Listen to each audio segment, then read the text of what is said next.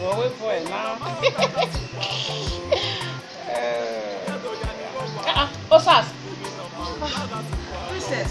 Who are you? Well, the time we no princess. Me tell we me na. Oh, I think I made him. We no more. No more come work. Who want me do? Princess say cheap. You just forget about those maid, mother still because Erekiane. When we don't see never dry. We be a mess in the Tusa. On the 14th. Hey, bed will be there. Those never done on the part rover. Oh, where? Hey! We buy it. Imagine you. I just bought shorty. Magbona. If you go to palace, you go to the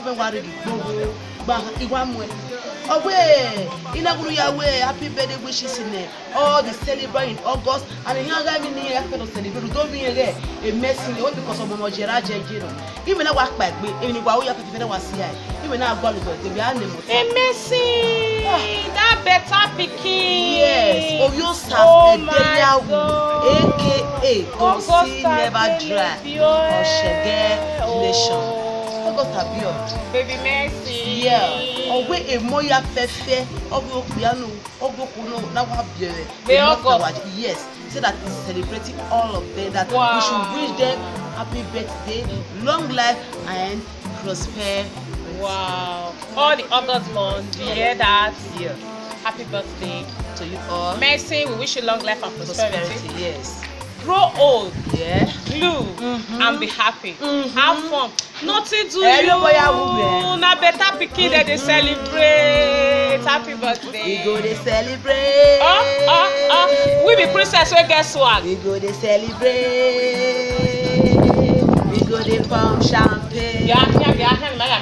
Okay. If you don't hear anything, if you know my other suwa, if you don't hear any rowa. Baby no mau daga suwa bo ede me pero o sana wi wa yo wa o ede no ero o sana bi wa la dia o na bi wa la dia o nu wa do ri e no ro